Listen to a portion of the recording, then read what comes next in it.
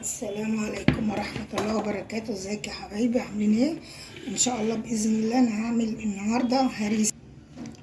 ان شاء الله هعمل هريسه الفلفل الاخضر، اخضر على احمر.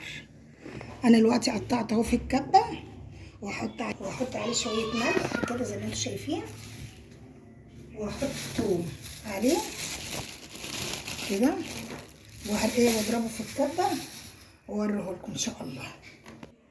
حطيت اهو في الكبه الفلفل على ليمون على توم وعلى ملح، وهبدا زي ما انتم شايفين كده حبايبي. اهي الهريسه بسم الله ما شاء الله اهي. دي فلفل احمر على فلفل اخضر، وحطيت عليها توم وملح. ولما اجي عاوز اعمل بيها اي حاجه اروح اعصر عليها ليمون، تحط عليها معلقه خل عشان التوم كده بالملح بيحفظها. هعبيها بقى ان شاء الله في البرطمانات. اهي البرطمان اهو، غسلته طبعا وناشف زي ما انتم شايفين اهو كده. اسمي الله واعبيها واوريها لكم.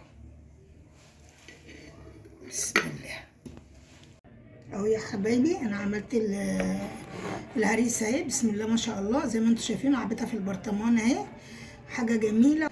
وان شاء الله ما تنسوناش في اللايك والاشتراك في القناه، وكل سنه وانتم طيبين.